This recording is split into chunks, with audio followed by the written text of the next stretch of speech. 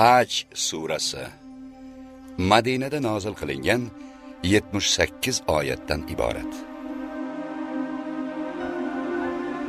Surada haj ibodatining farz etilishi, Ka'ba binosining qurilish tarixi haqida oyatlar borligi uchun unga Haj surasi deb nom berilgan.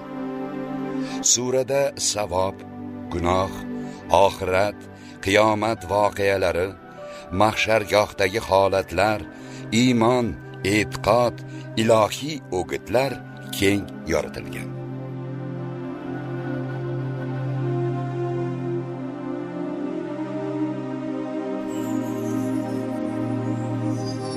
Mehribon va rahimli Alloh nomi ila.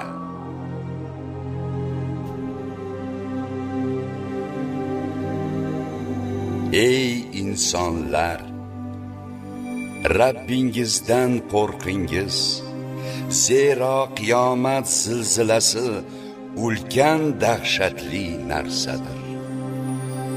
Uni ko'radigan kuningizda har bir emizikli ona emizib turgani bolasini unutar va har bir homilador o'z homilasini tashlar hamda odamlarni mast holda ko'rasiz, holbuki ular mast emaslar, lekin Allohning azobi qattiqdir.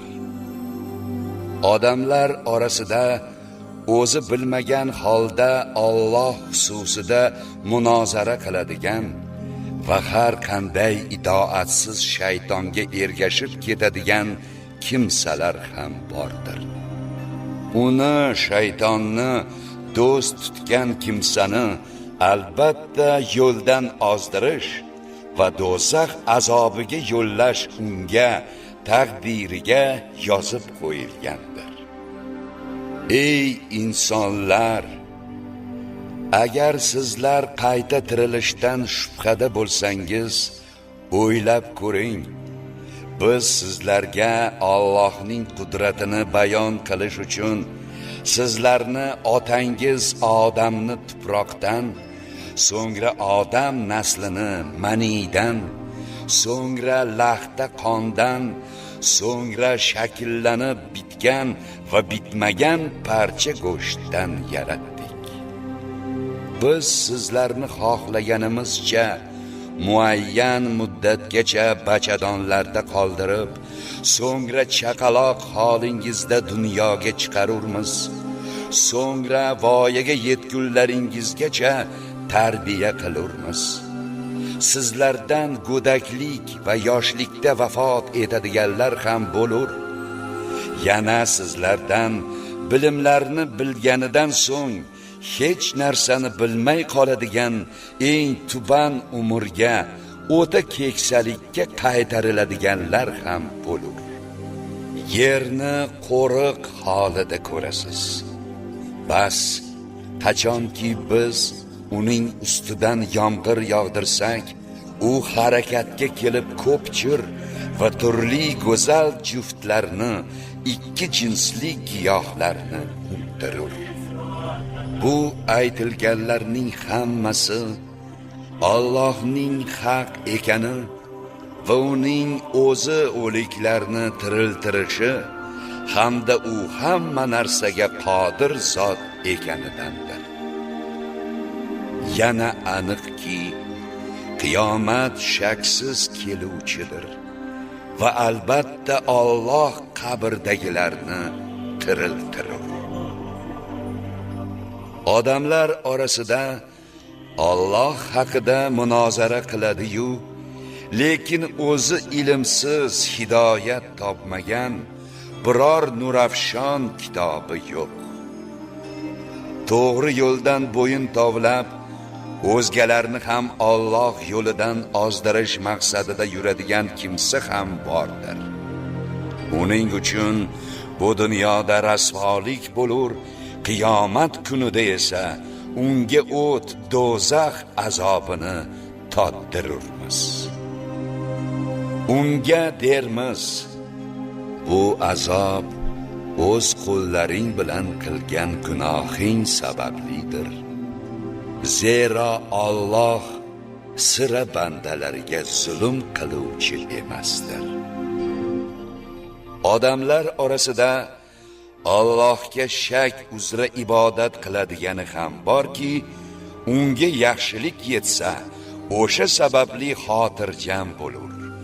Agar biror baxtsizlik yetsa, dindan yuz o'girib ketur. U dunyo va oxiratda ziyon ko'rgay. Bu esa aniq ziyondir. U Allohni qo'yib, o'ziga zarar ham, foyda ham bera olmaydigan narsalarga iltijo qilur.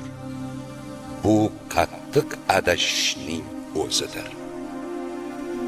U zarari foydasidan yaqinroq bo'lgan kimsaga iltijo qilur. U naqadar yomon do'st va naqadar yomon oshnodir. Albatta, Alloh iymon keltirgan va ezgu ishlarni qilgan zotlarni ostidan anhorlar oqib turadigan jannatlarga dohil qilur. Albatta, Alloh xohlagan ishini qilur. Kimda kim Alloh unga, payg'ambariga dunyo va oxiratda sira yordam qilmas deb gumon qilsa, bir arqon bilan shiftga osilib, o'zini bo'g'sin, so'ngra qarasin. Bu makri g'azabini ketkazarmikan? Biz uni, Qur'onni mana shunday bayon etuvchi oyatlar shaklida nozil qildik. Alloh o'zi iroda etgan kishilarni hidoyatga yo'llagay.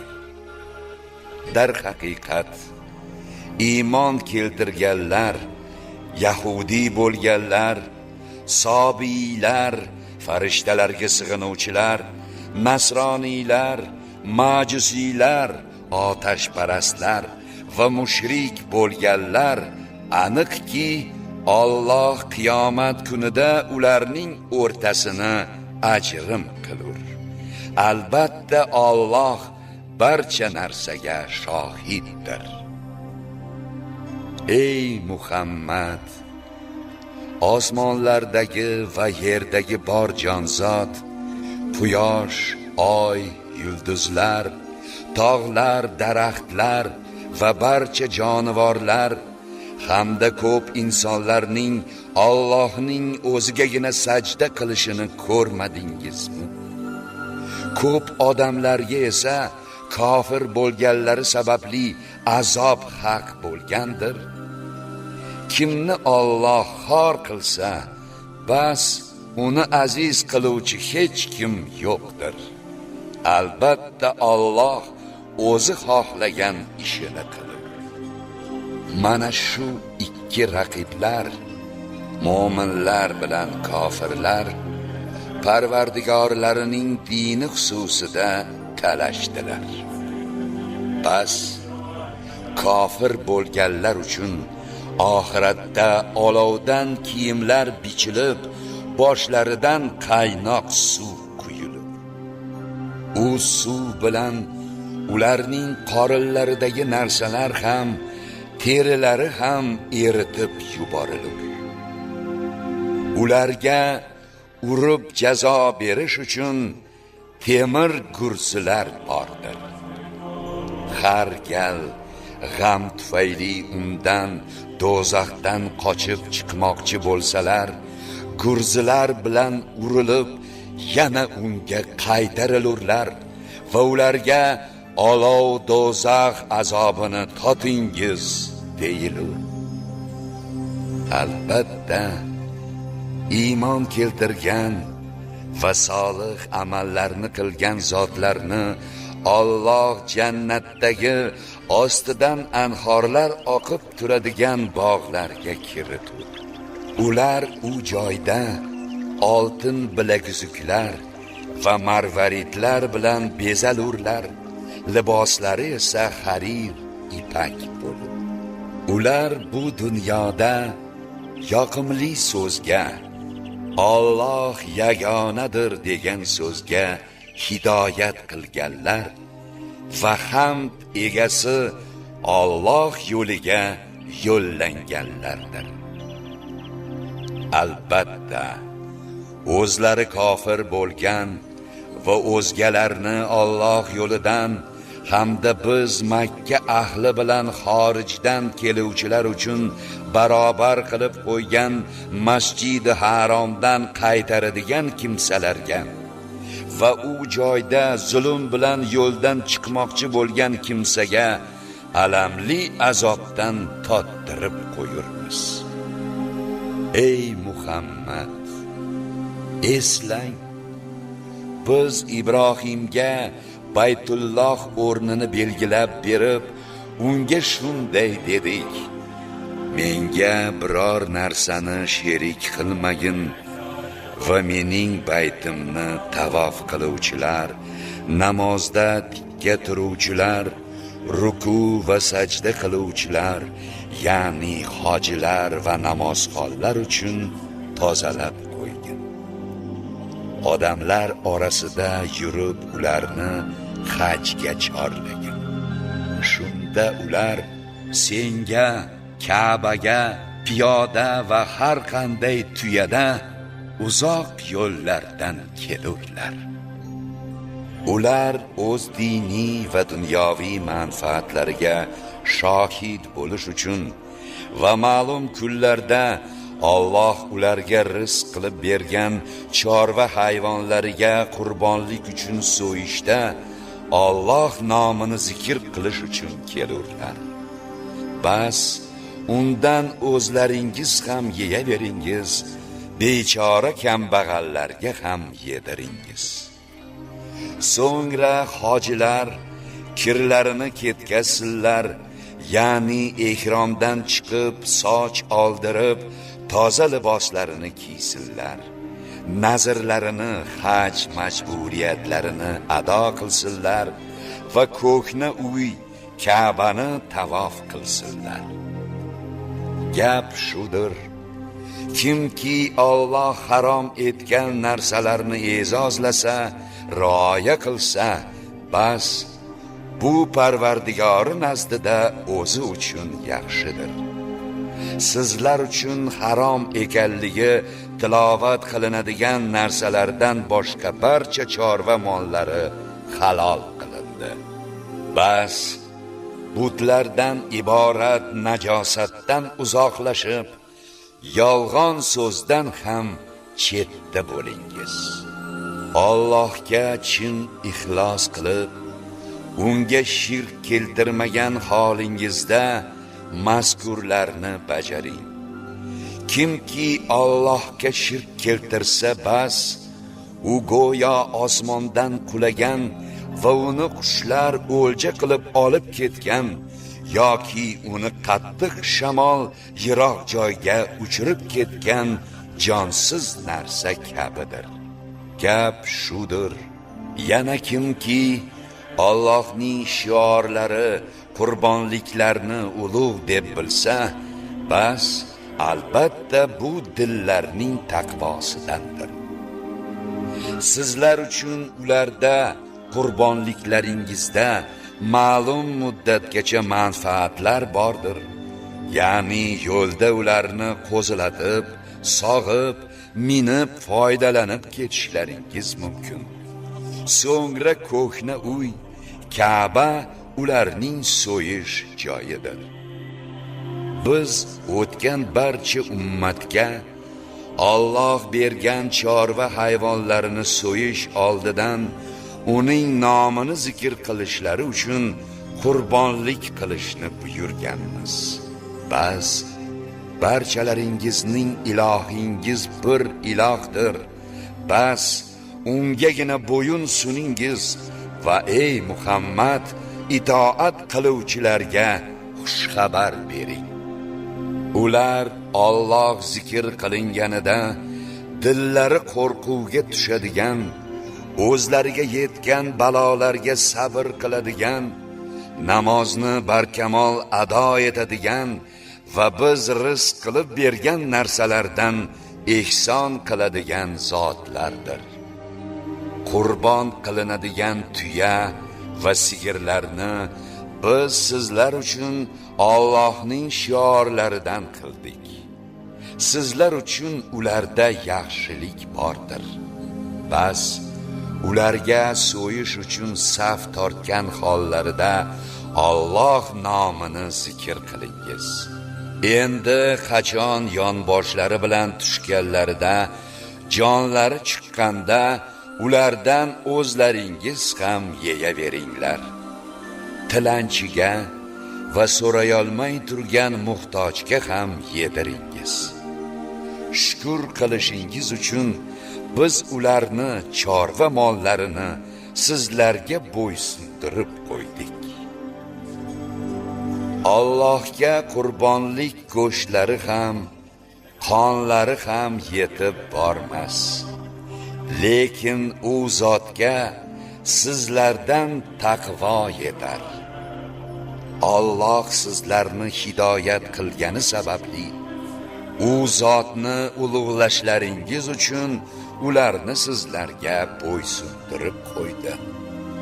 Ezgu ish qiluvchilarga xushxabar bering. Albatta Alloh iymon keltirganlarni mudofaa qilur. Albatta Alloh barcha xoin va noshukurlarni suymas.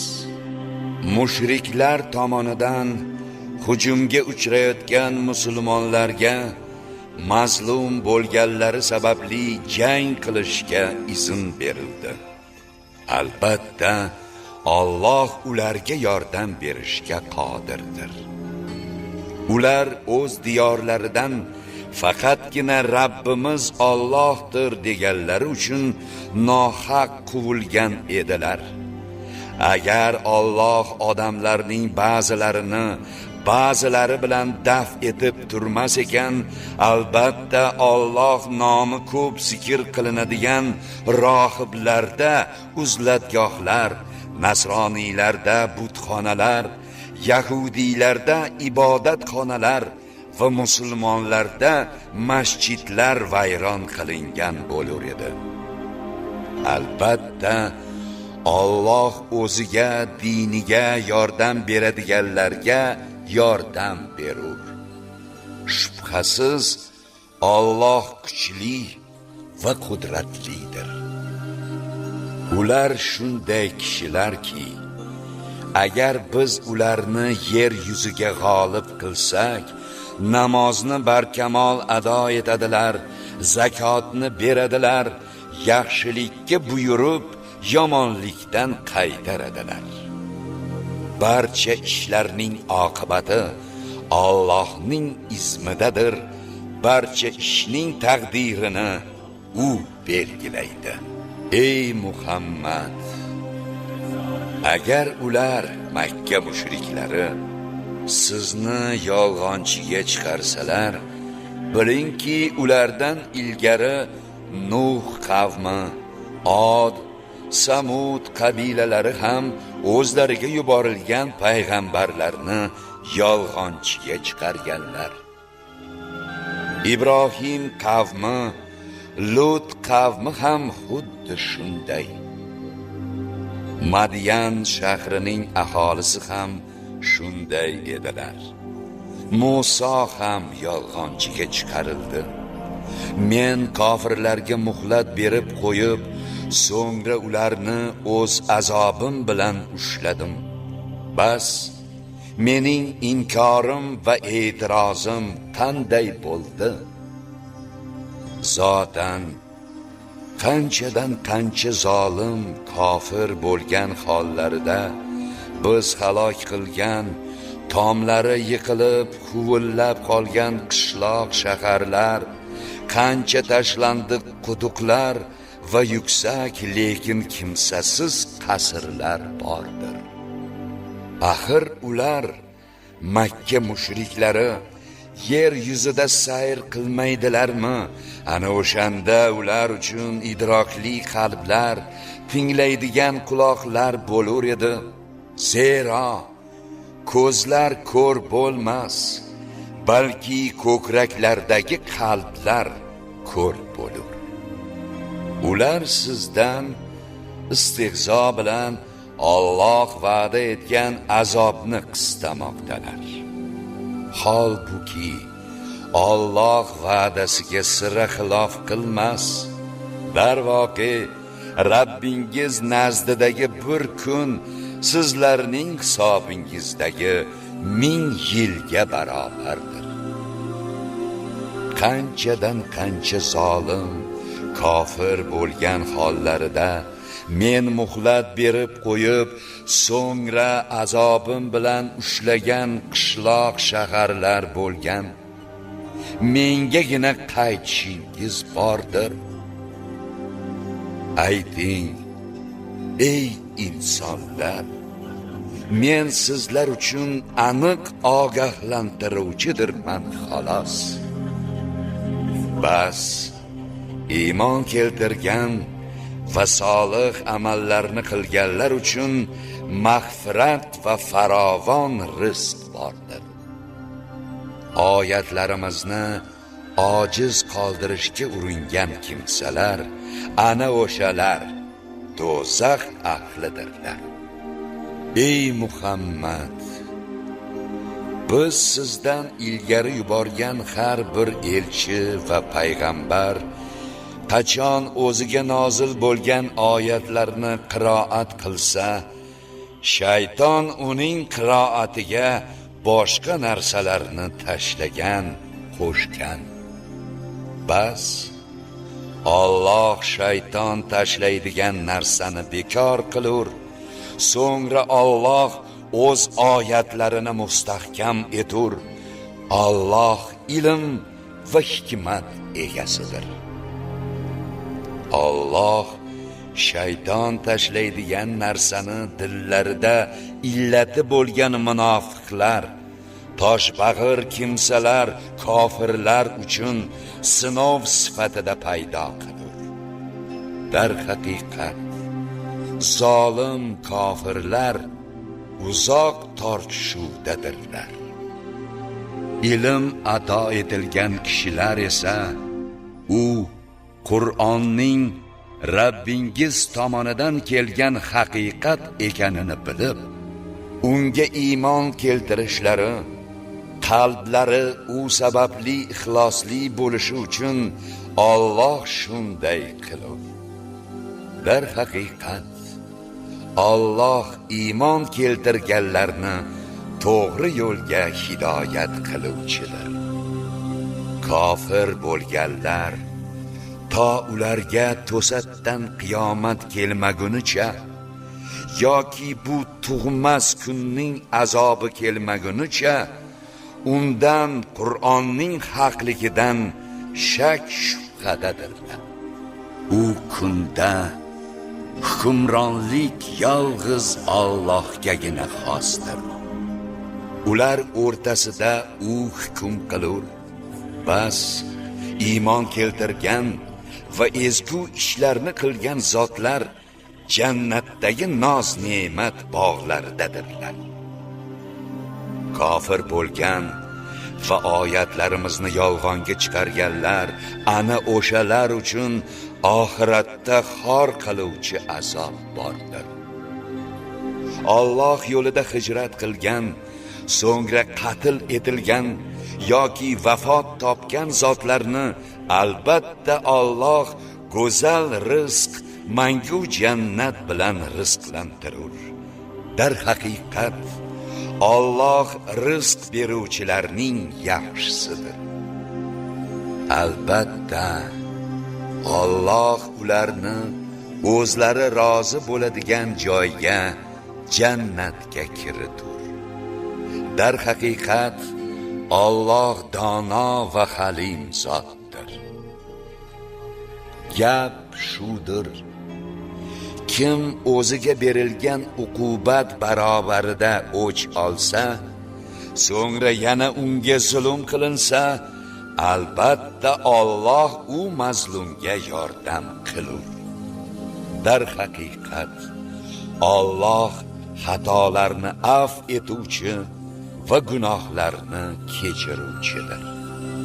Bunga sabab Alloh kechani kunduzga kiritishi, kechani qisqartirib, kunduzni uzaytirishi va aksincha kunduzni kechaga kiritishi va haqiqatan Alloh eshituvchi va ko'ruvchi zot ekanidir.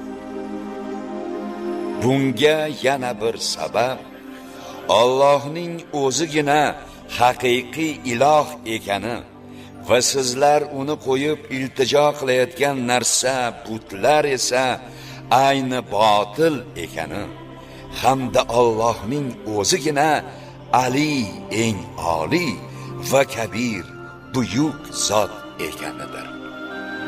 Alloh osmondan suv, yomg'ir yog'dirgach, yerning yam-yashil bo'lishini ko'rmadingizmi? Dar haqiqat Alloh lutfli va xabardor zotdir. Osmonlardagi va yerdagi bor narsa unikidir va haqiqatan Allohning o'zigina g'ani, behojat va hamid, hamd sohibidir.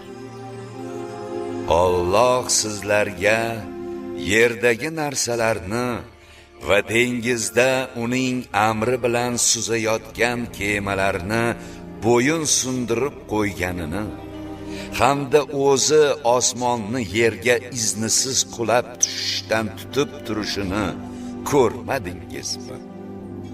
Dar haqiqat Alloh odamlarga nisbatan mehribon va rahimlidir.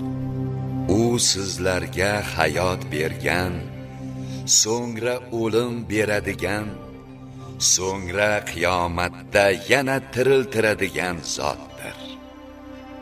Dar haqiqat inson noshukurdir.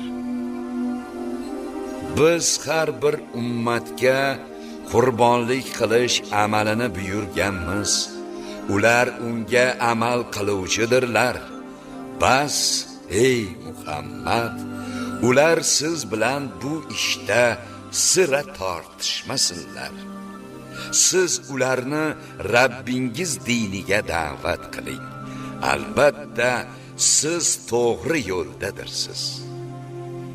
Agar ular siz bilan munozara qilsalar, ayting: Alloh sizlar qilayotgan yomon ishlarni juda yaxshi biluvchidir.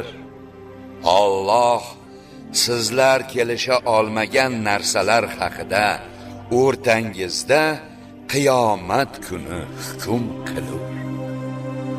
Ey Muhammad, siz Alloh osmon va yerdagi bor narsani bilishini bilmadingizmi? Albatta, bu kitobda Lavhul Mahfuzda yozib qo'yilgandir.